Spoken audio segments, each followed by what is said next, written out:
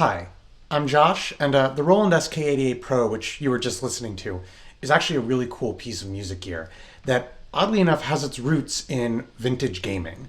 So I think we should talk about that history, but if that's something that really doesn't interest you, I've added chapters to the video. Not that you need my permission to skip around, but please feel free to skip around and jump ahead to the parts that might be more interesting to you. I want to thank fellow YouTuber Jorb for tuning me into the existence of the SK-88 Pro. I've put a link to Jorb's video on the SK-88 down in the description. It's really excellent, and you should definitely watch it after this video. And as you're watching, if you feel so inclined, please consider leaving a like and hitting subscribe if you haven't already. And why don't we jump in with a segment that I'm only going to do one time in my life, which I like to call the Roland SK-88 Pro, a history retold. Back in the day, video game music wasn't quite as standardized as it is nowadays.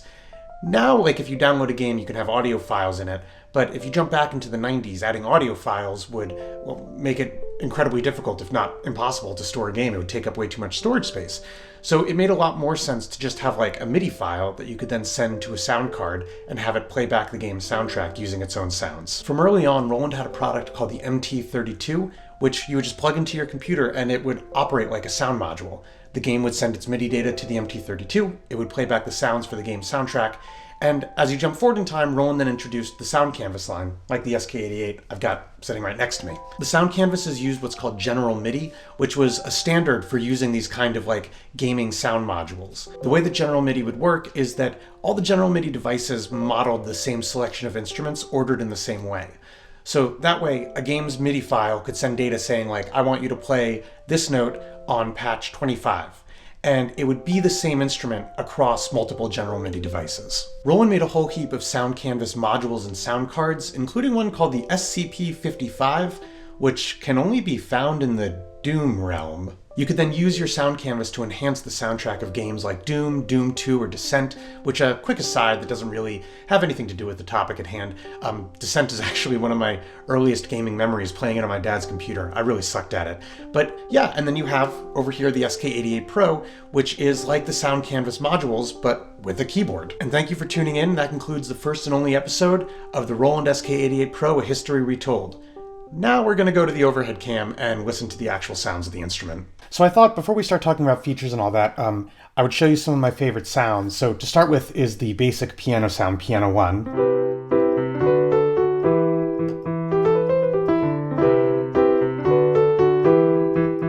I just think it's got a nice character to it. Same thing with this nylon string guitar. Obviously it gives me the Legend of Zelda Ocarina of Time vibes.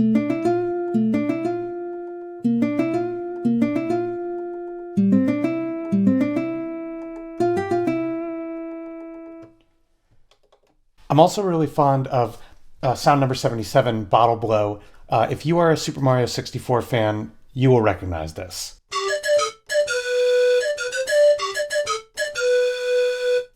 Instantly recognizable. And then there's also slow strings. I just think it sounds really nice and subtle. But if you really like press into the keys, you get a nice kind of a hard sound.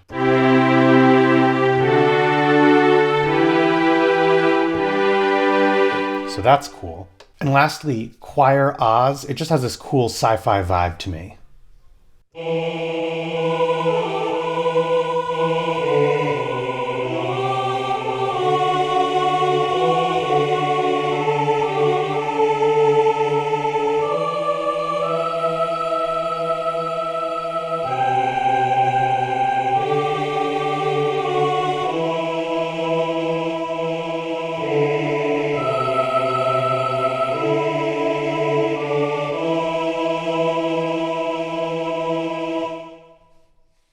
And even though everything is sorted to those general MIDI specifications that I talked about earlier, there are like fun little variations on each instrument stored in. For instance, if I tap both of these like instrument scroll buttons, I'll be able to choose between different kinds of like the sound that I had. So for instance, Choir Oz now becomes, I think it's String Choir Oz, something called Melted Choir.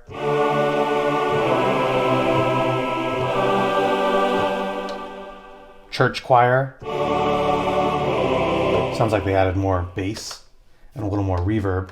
Choir Haas. acquire laws. You get the idea. You might have noticed I was hitting just one button, this part button here, to jump to different instruments that might not have been sequentially sorted, with like the numerical sorting that they have. And the secret to that is multitimbrality. Earlier, I had talked about how the sound canvas devices were used to play back a video game soundtrack, so you can load multiple different sounds in at once. And even though, you could assign them all to the same MIDI channel and then play them all at once with the keyboard.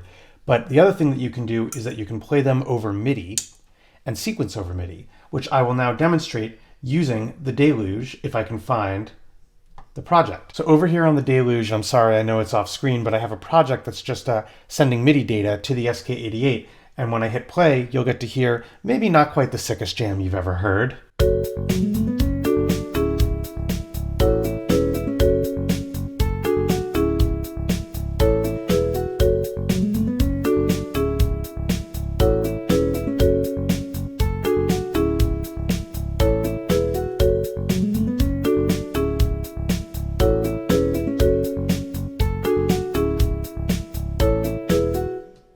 That's enough of that. What I find really crazy actually about the SK-88 is that while yes, it does have that multitimbrality, it also has a 32 voice multitimbrality. It can have 32 different sounds loaded in at once. And you might have heard that and thought that doesn't make any sense. MIDI has only 16 channels. Well, here's the catch. This actually has 2 MIDI imports. So theoretically, you could have 2 sequencers hooked up to this, both receiving the same clock signal, and sequence 32 different channels on the SK-88. It does have a 64 voice polyphony limit, if I remember correctly. So unless you are using each channel monophonically, you might run out of voices quickly. But it is neat that you have that option. Another possible usage of that second MIDI port, at least as far as I can see it, would be to plug in, you might have noticed that we have a 3-octave keyboard here, but you could plug in a larger keyboard and then control one of the patches in the MIDI B channel, and then you could have the other 16 patches sequenced through MIDI A. Something else that I find really fun about the SK-88 Pro is the bevy of built-in effects. Now, if you've watched this channel before, you might be familiar with my frankly intense love for the effects on Roland's SP404SX. And I feel like, in a way, these kind of are the slightly less suave older sibling. So you have a nice selection of effects. So if I were to just go through, here's this tremolo chorus effect. I'll turn it on. That's wild. Or I could go through, there's 3D chorus. Of course, you've got a normal thing like delay. There's even this fun one called 3D audio, which I think is supposed to make it sound like there's speakers spinning around you really quickly. In case you ever wanted to know what it's like to be, sitting on a merry-go-round surrounded by a choir. And the last thing that I could mention about the SK-88 Pro is that there is some kind of light patch editing that you can do. It's not really super in-depth, and it's not something that I think would be considered a selling point of one of these. But it is nice that you at least have some degree to which you can modify the different parameters for the sounds to give them a little bit more of a personal flavor. So that's Roland's SK-88 Pro. Now, I think even if it's not something you'd be interested in having in your studio, it's fascinating. It's different. There's really not a lot of synthesizers that can claim to be born out of a legacy dedicated to making the Doom soundtrack sound as awesome as it can be. I guess that is a really specific thing to ask. But it's got a fun sound that I think sounds, cheesy, quaint, sometimes a little bit cute, sometimes kind of cool, but in a cool grandpa sort of way.